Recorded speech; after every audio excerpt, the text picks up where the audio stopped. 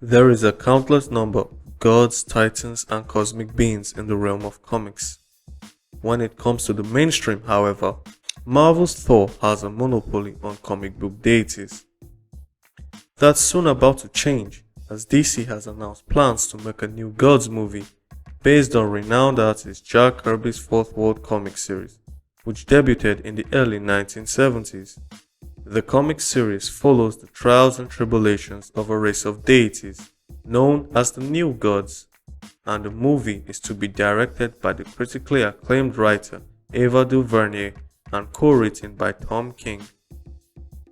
The latter has some experience with New God property, as he is responsible for one of the best stories told about the New Gods in his 12-issue limited series Mr. Miracle. Now, if you're not a fan of comic books or DC comic books, you likely have no idea who Mr. Miracle is or who even the New Gods are.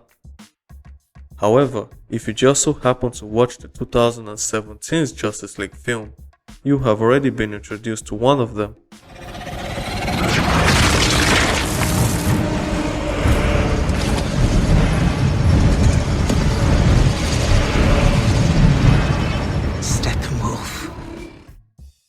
The big bad of that movie, Steppenwolf, is actually one of the New Gods. In fact, concepts related to the New Gods started appearing in the DC cinematic universe as far back as 2016's Batman vs Superman movie. So in this video, I'm just going to explain to you who exactly the New Gods are, where they are from, and what they do. So by the end of this video, you will have a better understanding of the New Gods and what to expect from the New Gods movie. So who are the New Gods? Where are they from? And are they actually even gods?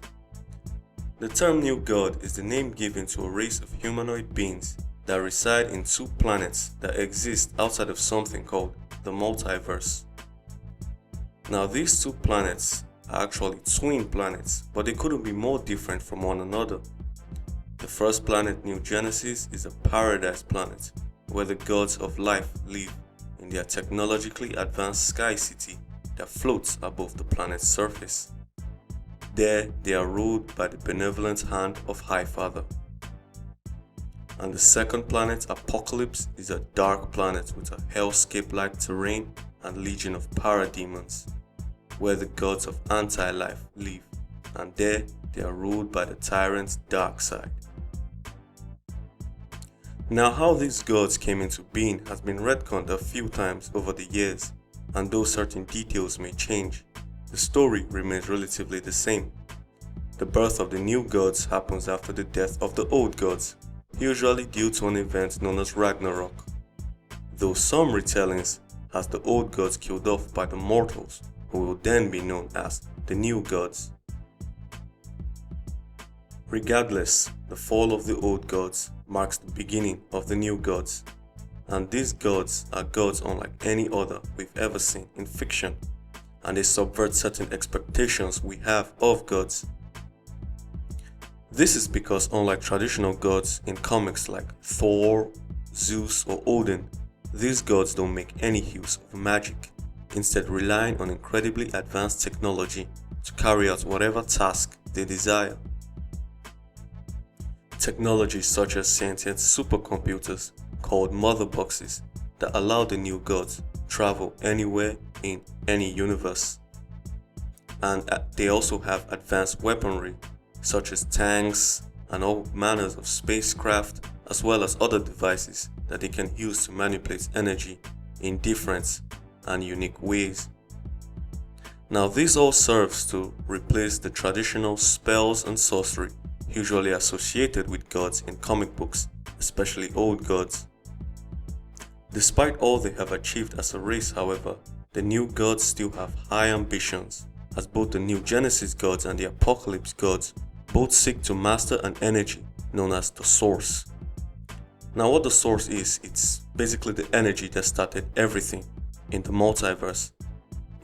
It's the origin of life. It created the new gods, the planets, anything in any universe. The Source is its origin. Now by mastering the Source, you master creation.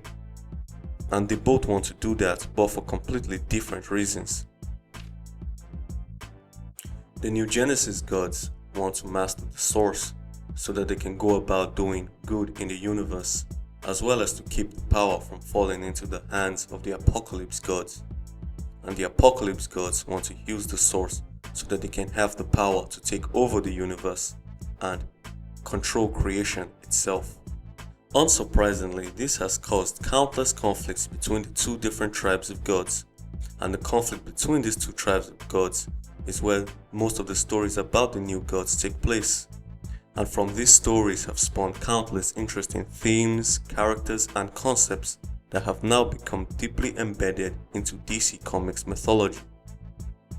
Characters such as Darkseid, Granny Goodness, Big Barda, and the Sons of Darkseid, Kalibak, Orion, and Mr. Miracle being the most recognizable players in the New God mythos. And though the New Gods haven't had their own long-running comic series in a while, they still make frequent appearances in comic runs such as Wonder Woman, Green Lantern, and of course Superman. They also have a growing exposure in the small screen, as New Gods have made frequent appearances in both DC Comics live-action adaptation and the animated series.